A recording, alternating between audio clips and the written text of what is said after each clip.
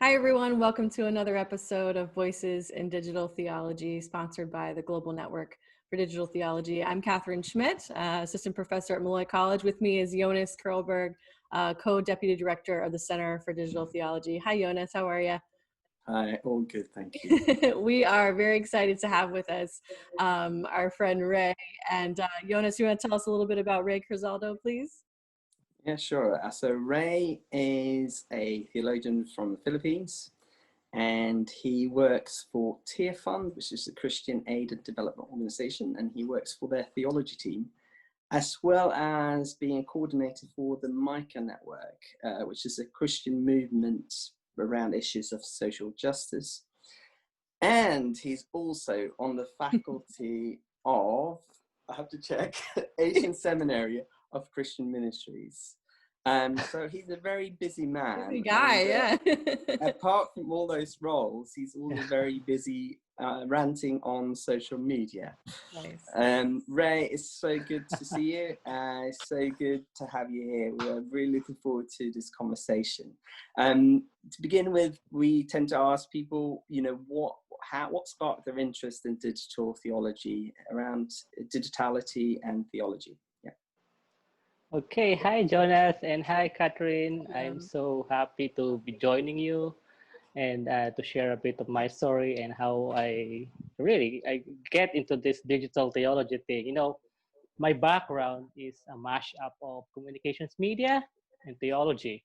So I had my share of delving into social science researches on media and religion, all those stuff about how communications technology is contributing to how society is being shaped in general, and also my theological training had me looking into the different ways by which churches and Christian movements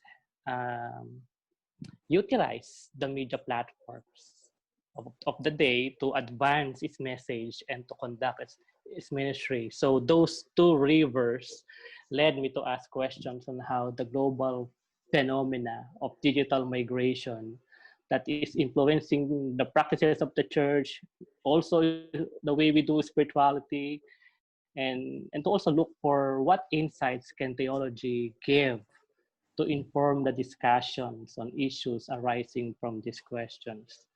I often find myself in that odd space wherein when churches are overtly paranoid and critical whenever new forms of digital communication comes, and I will be the one to issue a rallying cry to say, hey guys, there could be some positive potential that this may that this may give to the church.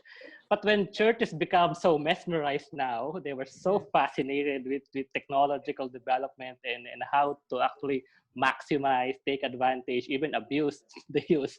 I bring a word of caution for the distorting elements that come with altering the ways we communicate.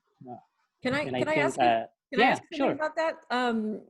We're gonna get into some of your work, but I like that word, mesmerized. What do you see churches tend to be mesmerized by? What's the thing that, or maybe the technologies or the platforms or the modes of thinking? What mesmerizes churches? What's the thing that you think is a little bit of a pitfall? Well, historically, churches have a very curious relationship with technology. Yeah. When the Reformation was powered by the Gutenberg press, everything became into print. So people has to read. Everything comes into reading. When radio and television came, now you have this radio evangelist, television evangelist that commands hundreds of people in terms of exposure. And I think now, in the time of social media, so we have digital rock stars, no?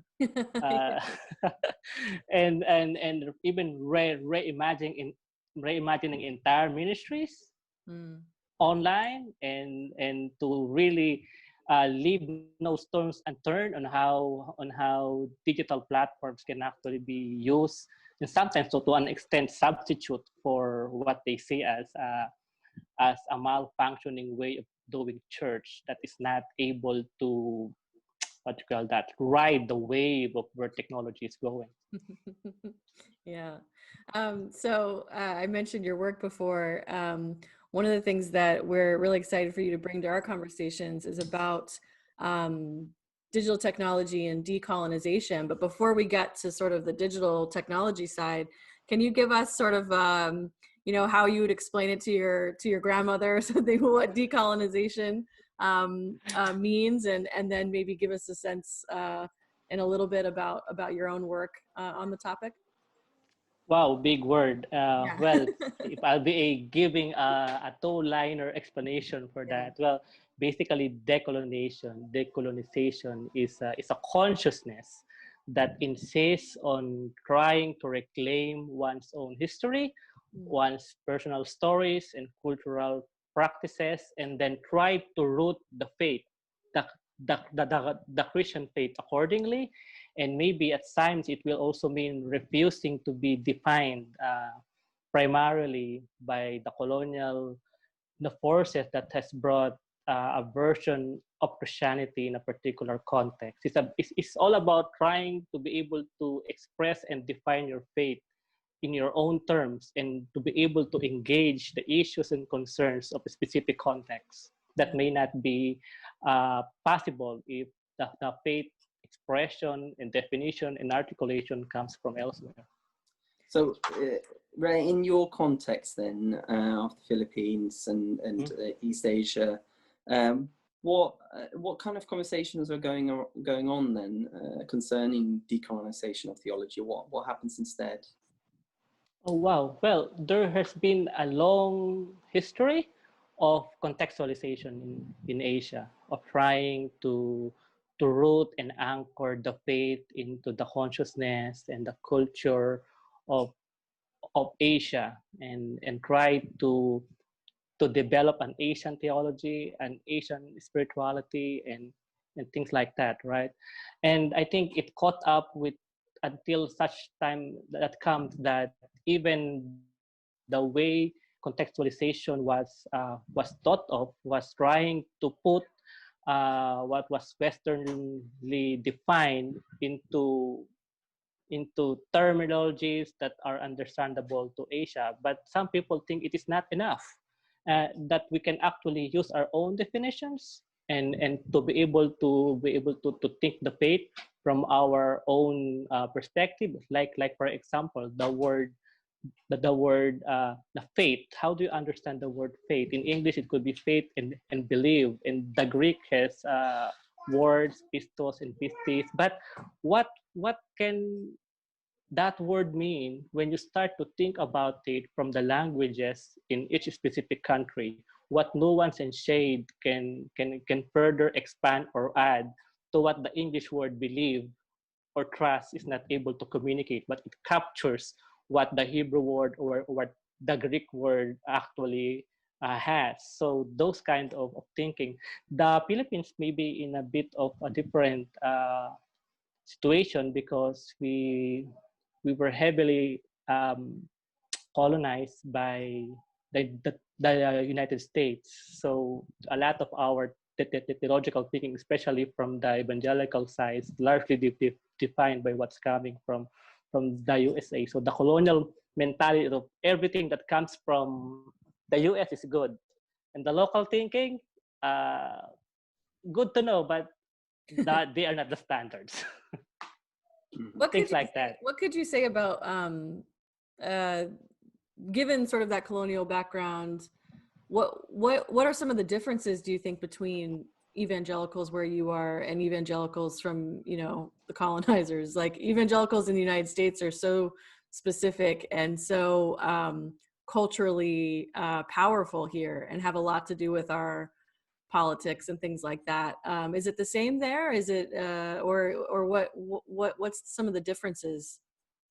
Well, what could be a good similarity and that will give a very vivid contrast to what to be the differences is, you know, the political theology in the States, the right-wing Republican thinking about the death penalty and all of those things. You're gonna hear them straight from our pastors here, especially pastors who have become politicians. So all the debates in the States, then you get to hear them here. Wow. And sometimes it's a bit weird because, you know, the context is a bit different, right? Yeah. So those kind of things happens. But, you know, when you come to think of it, I mean, the conversations becomes like a copy paste. Even the conversations in the debates, you get them from books or else from the States, and the arguments from the systematic theologians, and they were going to argue in that particular way, totally devoid of the specific cultural configurations that has to be taken into consideration in our context. Okay, thank you, Rei. What are your thoughts then? Because this is where you've done some writing on. What are your thoughts on how digitality might aid or hinder this kind of work of decolonization and decolonizing theology itself? Well, I think digital technology is a double-edged sword in a way. Double-edged because it presents roadblock on one hand and potential and opening spaces on the other. One, on terms of the roadblock, the global connectivity that we now experience has allowed certain theological organizations or movement in the West, in the US in particular, to expand its reach and deepen its penetration. I think of the likes of the Gospel Coalition, that are very intentional in propagating Calvinist doctrine and ways of doing things. They were able to leverage their voices, and they were also diligent in consolidating their influence and actually producing resources that comes without cost. It's a free resource. So, and you know, the tide of the growth of Christianity in the world now is tilted to the global south.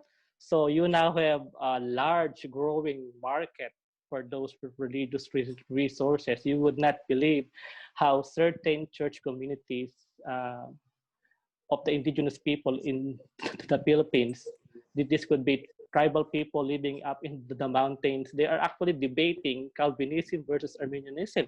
Whereas they could be talking about creation care and how to combat mining. But that's the roadblock there that has been created by digital technology. But on the other hand, digital technology also allows local theologians who are working on the decoloniality to be able to connect to each other. And these connections lead to conversations, which in turn could lead to a collaboration. A good example would be the recent na project by the Asia Theological Association. They tried to produce what could be the first evangelical systematic theology to be used by seminaries in the whole Asian region. And digital technology has aided a lot of trying to get all of these perspectives into one book, right? And this is, and also they were able to also use social media to get the word out. They give a free copy of the first chapter so people could take a look at it and professors could see, oh, this is a good resource. And this is followed by a project of ATA called Across, which is a social media platform to actually spark and initiate conversations. Things like that. What do you say to folks who would see this as just the next phase of colonialism? You know, that this is just that digital technology is just the next step. You know, that this is just a kind of remix or reprise of colonialism. So what do you say to that? Because I think that's a pretty strong critique of some of the things that we want to be optimistic about. Well, I think the technology has to be used wisely in a way.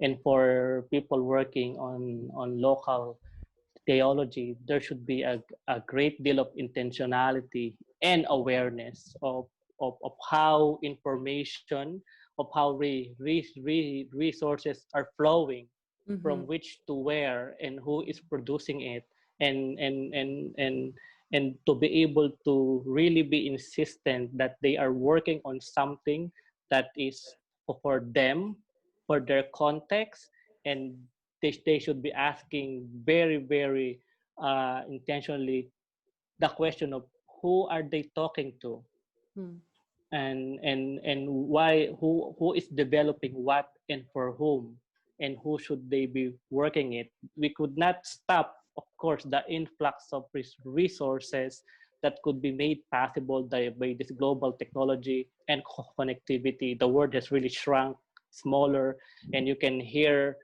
from an eavesdrop what is being talked about in the UK, in Europe, and I think it would be a sense of consciousness and mindset from the local theologians. What do they want to hear, and to which voice do they want to be of service of? So those kind of perhaps human agency into against the forces of digital technology. Does that make sense? Yeah, I think so. I'm wondering, I guess I'm wondering about how much this should affect the development of software and hardware. You know, how much, you know, if digital platforms kind of get imported from the West, you know, from Silicon Valley or whatever, are there things, do you think, within the technology itself that will continue to perpetuate a kind of colonial mindset? Should we kind of, is it possible to do theology truly contextually using the digital platforms of the colonizer?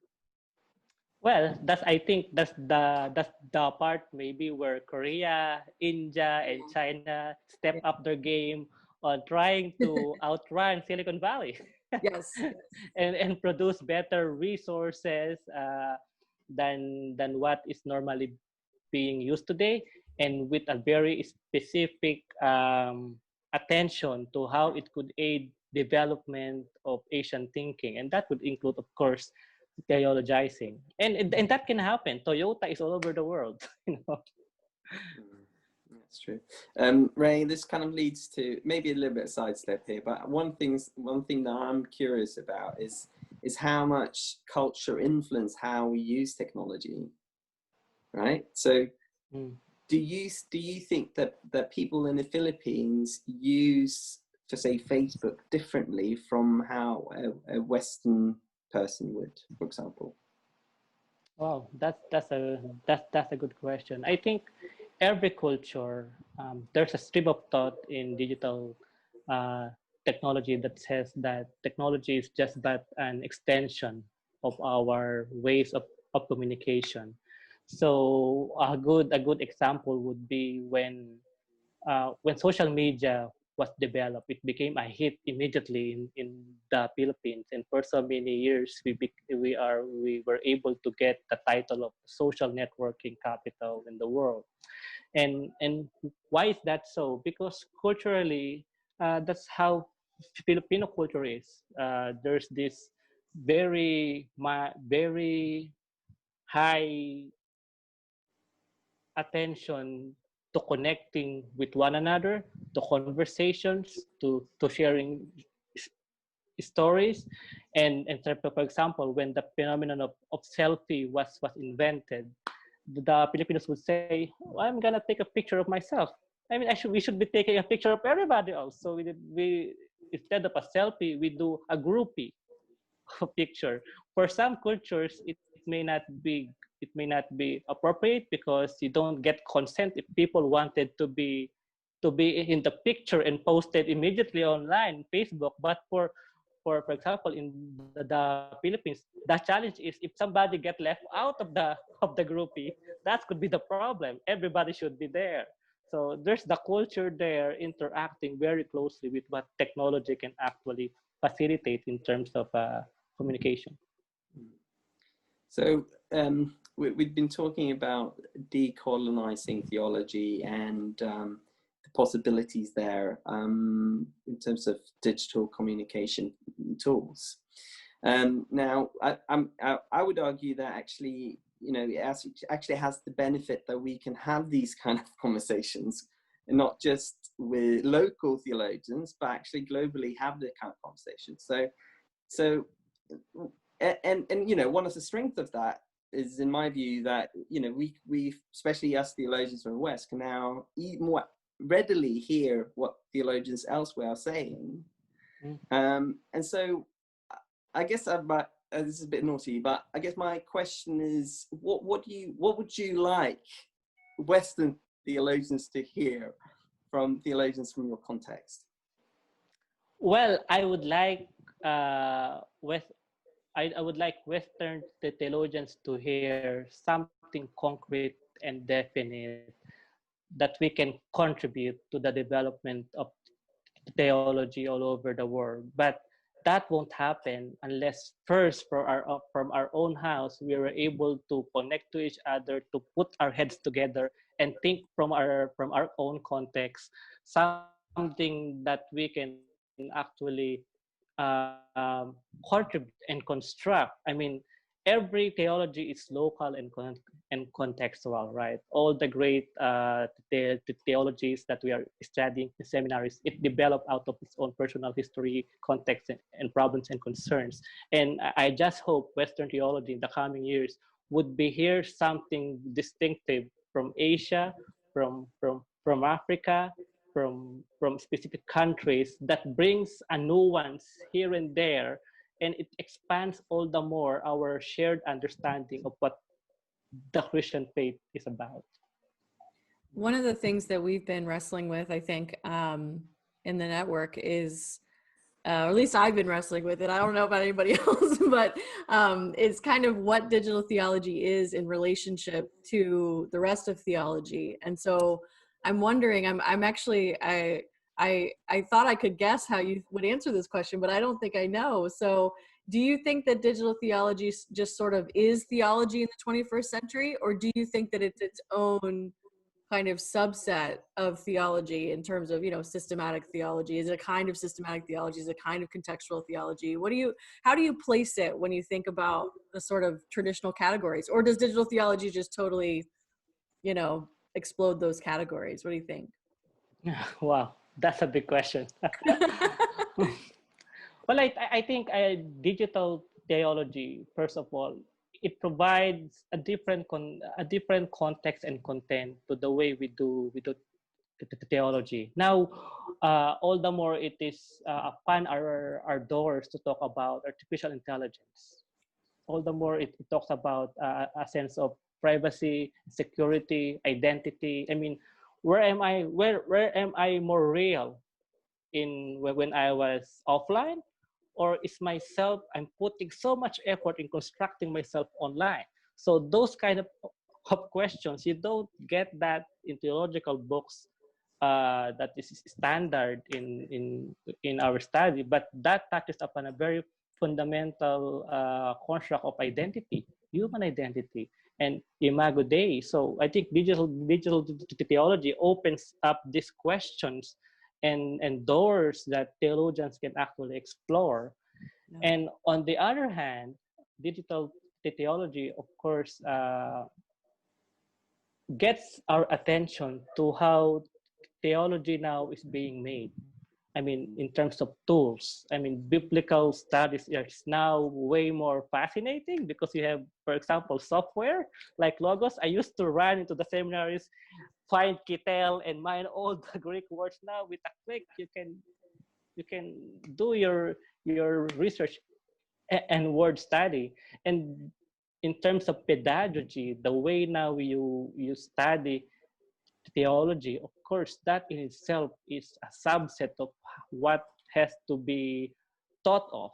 Mm-hmm. And so not only in content, but also in method, I think it will have its own share of contribution for standard theology. And now the way we are learning, everything now is going online. With the pandemic, it has accelerated the shift towards digital platforms, and when we do theology in context, I think in a particular context, in a different context, I think it will also change the tone, the nature, and content of our theologizing. Does that answer your question, Catherine? It does, yeah. I just, you know, we've been talking with other folks about sort of the relationship between this weird little world that we're all in, digital theology, and the sort of traditional, you know, theological academy. And I just wonder if it's that those digital tools are going to be sort of just imported into those like modes of thinking, or if because of the nature of digital technology, it will actually change what it means to study theology, or to be a theologian. Here's another thought. I mean, I think the technology has democratized our access to how we learn things about theology. I mean, resources abound now in the World Wide Web, waiting for people to just actually appropriate it to their use. And there are forums, webinars now, especially in the times of pandemic, mushrooming in Facebook. And with the rise of learning on demand method of training in tech industries, I mean, I know many pastors and church leaders who would rather resource themselves theologically with what is available online and get a group together to study with each other on topics that they find is more relevant than what they could find in seminary. And just who knows what could develop out of that. I mean, there would be themes that they would be talking about, developing, if they would hold their own forums or symposiums. Who is stopping them actually? So this may develop independent of what the academia is thinking, and I'm also worried that there are also sense of sensing that the theology in seminary is in a way irrelevant to what the churches actually need. I think you're right. I think that the first step, it seems to me, is for churches to confront that reality, that actually might be the case, right? That what's going on in seminaries or what's going on in traditional theological education is not hitting the ground, right, for a lot of people. But I don't know. There's now the term CBT, church-based theological trainings. I mean, churches taking hold of trying to retool their pastors. I mean, these are people with academic degrees, and they would still want to retool them. and what they will use, digital platforms, to be able to facilitate that kind of learning, especially now in times of pandemic. Yeah.